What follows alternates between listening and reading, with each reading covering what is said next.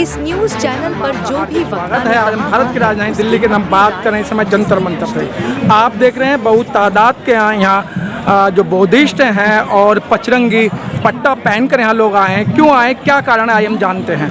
Sir क्या नाम है आपका? आरपी सिंह मेरा नाम है। आरपी सिंह जी, आप क्यों आए हैं यहाँ पर? आज तो त्योहार है, त्योहार मनाना चाहिए घर पे। महाबोधि बुद्ध विहार की मुक्ति के लिए हम यहाँ पर आए हैं, आंदोलन में शामिल होने के लिए। तो वहाँ क्या किसने कब्जा है, मुक्ति किस बात की चाहते हैं आप? महाबोधि बुद्ध विहार बौद्धों का स्थान है, बौद्धों का मंदिर है, उनको मिलना चाहिए। ब्राह्मणों ने उस पर कब्जा कर रखा है। हाँ। तो ये हमारा बौद्धों का मंदिर है, महाबोधि विहार। महाबोधि विहार बौद्धों को मिलना चाहिए। तो उस पर कब्जा कैसे किया, क्या कारण है इसके कब्जे करने का? ये एक्ट जो बनाया 1949 के अंदर 4 ब्राह्मणों को, 4 बौद्धिस्टों को और 1 डीएम बना दिया। वो हिंदू रहेगा तो बहुमत उनका को, उन्हीं की वजह से कब्जा है। तो उससे हमें मुक्ति दिलानी है। सर ये मुक्ति साल पुराना है ये मैटर। हाँ। तो 2,500-3 हज़ार साल से हमें सब चीज़ों से वंचित रखा गया और तो 2,500 साल का गुलामी 75 साल में आराम से हो नहीं सकती। दूसरी बात ये है कि जो एक्ट है भारत के संविधान में 13 एक्ट ने सारे धार्मिक कानून निरस्त कर दिए, एक झटके में निरस्त कर दिए। और इन्होंने उस कानून उसको ही नहीं माना। भारत सरकार की कोई भी सरकार रही हो, पीछे वाली सरकार चाहे अब वर्तमान सरकार, उसको नहीं मान रही है, जबकि सारे कानून निरस्त हैं आर्टिकल 13 के हिसाब से। तो फिर उस पर चर्चा क्यों नहीं हो रही है सर? चर्चा हो रही है। अब ये चर्चा का विषय है जो आज देख रहे हो आप, ये चर्चा ही है पूरे दुनिया में, पूरे भारत में नहीं पूरी दुनिया में इसकी चर्चा हो रही है। इसको हम मुक्त करा कर छोड़ें। आरपी सिंह जी, बड़ा कड़वा सच नहीं लगता है कि आपको कि भगवान गौतम बुद्ध और डॉक्टर अंबेडकर के मिशन को लेके कुछ नेता, कुछ बुद्धिजीवी लोग अपनी दुकान चला रहे हैं? नहीं, अब वो दुकान उनकी बंद होने वाली, चिंता मत करो। सब लोग जागरूक हो गए हैं और हम अब उनको छोड़ेंगे नहीं किसी भी कीमत पर। घर में भी और संसद में भी उनसे जवाब मांगेंगे कि आप भगवान बुद्ध और बाबा साहब के संविधान की वजह से आप नेता बने हो, आप जवाब दे हो और आप उनसे जवाब मांगेंगे हर हाल में। और वो जवाब देंगे, नहीं देंगे तो फिर उनको सबक भी सिखाया जाएगा। मुक्ति दिलाने की बात कर रहे हैं। क्या लगता है कि जब 26 जनवरी सब 1950 को जब संविधान लागू हुआ था, उस समय कह दिया गया था कि जितने पुराने एक्ट हैं वो ख़त्म हैं, तो वो उस एक्ट की चर्चा आज क्यों? एक्चुअली क्या है ना, नीयत जब ख़राब होती है फिर ऐसी नीति दिखाते रहते हैं। क्योंकि सेंट्रल गवर्नमेंट के पास गया तो सेंट्रल गवर्नमेंट ने बोल दिया कि ये विधानसभा का मैटर है, स्टेट गवर्नमेंट से मैटर है, तो उन्होंने बोल दिया। सेंट्रल गवर्नमेंट स्टेट गवर्नमेंट बोलने लगी नहीं, ये सेंट्रल गवर्नमेंट का है। तो इस चक्कर में इन्होंने जो है 132 साल से इसको एक्ट को पास चला रखा है। बनते अनागरिक धर्मपाल ने इनको नष्ट कराने के लिए कोशिश भी की थी, लेकिन क्योंकि इनकी नीयत ख़राब थी इसलिए उन्होंने, जो आप ये देखिए किसी भी बुद्ध विहार में, किसी भी मंदिर में कोई भिक्षु मिलेगा इनको मैनेजमेंट में, इन्होंने बड़ी चालबाजी के साथ, बड़ी क्लेवरनेस से दिखाकर वो एक्ट ऐसा पास किया कि 4 हिंदू होंगे, 4 ब्राह्मण होंगे और डीएम होगा। और डीएम जो सरकार के अंडर में होता है वो सरकार की बात मानेगा, हमेशा उनका बहुमत रहा है। तो इस तरह की चालबाजी है। तो अब सब पब्लिक इसको समझ गई है और इसको ख़त्म करके मानेगा।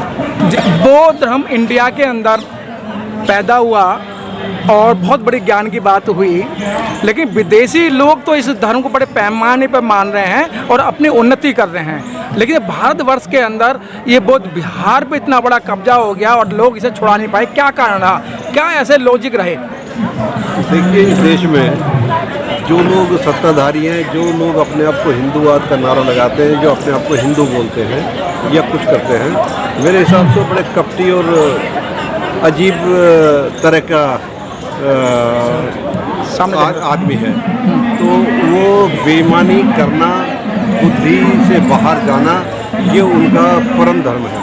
हमेशा झूठ का सहारा लेना, छल कपट रखना, ये उनका काम है। मौली राम जी, आप ही लोग कहते हैं बाबा साहब ने 1956 में जब दीक्षा ली थी 11 लाख लोग बुद्धिस्ट बने थे, लेकिन आज 11 लाख के अंदर आज 500 लोग दिखाई नहीं दे रहे हैं। आप उनकी गलतियां बता रहे हैं, उन्होंने सार्प बुद्धि से कब्जा कर लिया।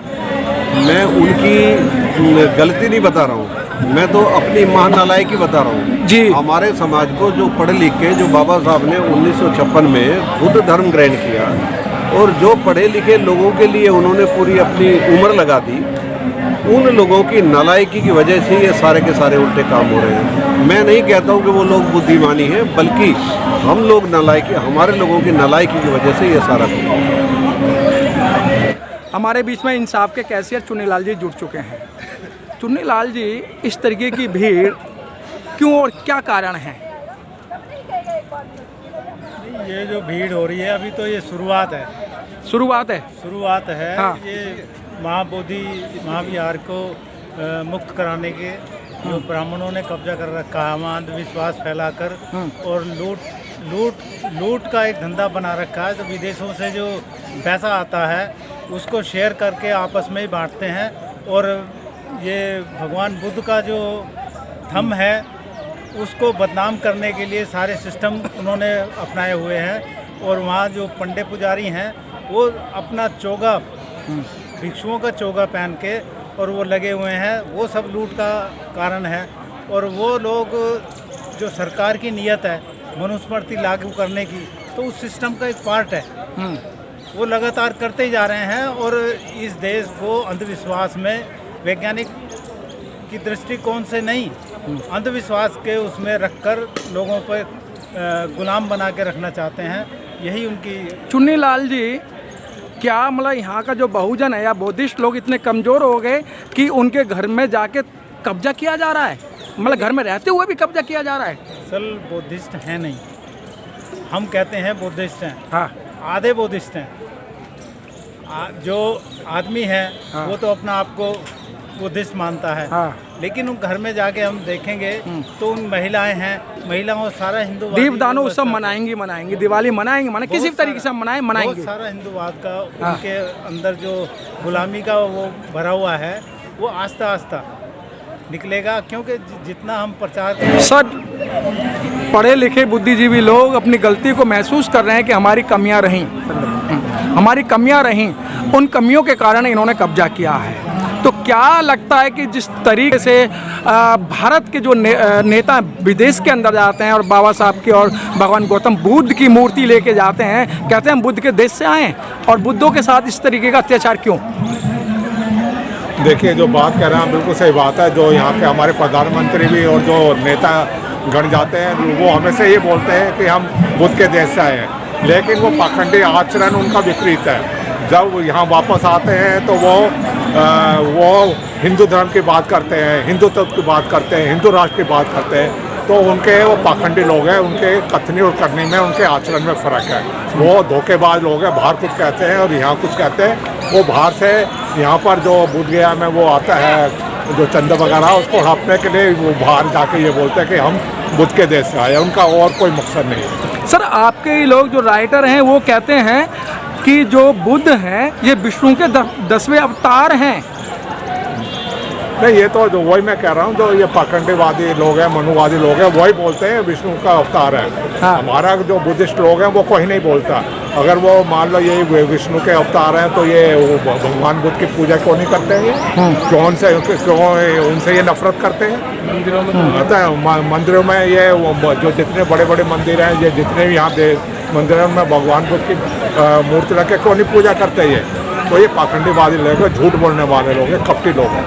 तो क्या लगता है कि आज के आंदोलन से और ये जो पूरा विश्व का आंदोलन बन चुका है, क्या इससे आपको निजात मिलेगी? बिल्कुल, ये आंदोलन जन जन का आंदोलन बन रहा है और ये अब ये जो महाबोधि बुद्ध विहार है ये मुक्त होकर रहेगा, इसमें कोई अब संशय वाली बात नहीं है। सर, इस समय बीजेपी का शासन है और बीजेपी के शासन में जो एक बार बोल दिया जाता है वो पीछे नहीं हटा जाता है। आपको हिस्ट्री मालूम नहीं है, आपने देखा होगा जब विश्व में जितनी क्रांतियाँ हुई हैं वो अच्छे महाराजा डिक्टेटर है वो भी घुटनों के बल आ गए हैं जब जनता सामने होती है, जब जनता रोडों पर होती है। तो ये तो क्या चीज़ है? सर, 131-32 जो सांसद हैं क्या उनको पता नहीं है कि जो ये जो बौद्ध धर्म है या हमारा धर्म है वो अभी संसद के अंदर 1-2 के अलावा कोई नहीं बोल रहा है? हाँ नहीं, ये बड़ी दुखद बात है। और ये जो अभी नहीं बोल रहे हैं, ये जो इसका जो हम जड़ में जाएं तो जो इलेक्शन सिस्टम है ना, वो सिस्टम ही ऐसा है तो उसमें गुलामी पैदा होते हैं, है ना। जब तक ये सिस्टम रहेगा, चुनावी सिस्टम जो आज का बना हुआ है, उसमें गुलामी पैदा होते रहेंगे। तो इस सिस्टम को चेंज करने की ज़रूरत है। जो इलेक्शन सिस्टम है मौजूदा दौर का, उसको चेंज करने की ज़रूरत है, तभी हमारे लोग जो सच्चे लोग हैं वो आ पाएंगे। सर, विदेशों के अंदर पहले से ही चिंगारी उठ चुकी थी भारत को लेके, बौद्ध विहार को लेके, लेकिन दिल्ली और आसपास के जो राष्ट्रीय राजधानी क्षेत्र के जो लोग हैं ये बहुत देर में सो के उठते हैं। नहीं, जैसा अभी मौलराम जी ने कहा, कुछ हमारी कमी है। हमारे जो पढ़े लिखे लोग हैं, जो जिनकी जिम्मेदारी थी कि समाज में जो पढ़ लिख कर आए हैं, समाज में काम करेंगे, उन लोगों ने, कुछ लोगों ने काम किया, कुछ प्रतिशत लोगों ने, लेकिन मैक्सिमम लोगों ने काम नहीं किया। अगर वो लोग काम किए हो तो आज ये जो आज दशा है वो ये दिशा आज ना हुई होती है ऐसी। ठीक है सर।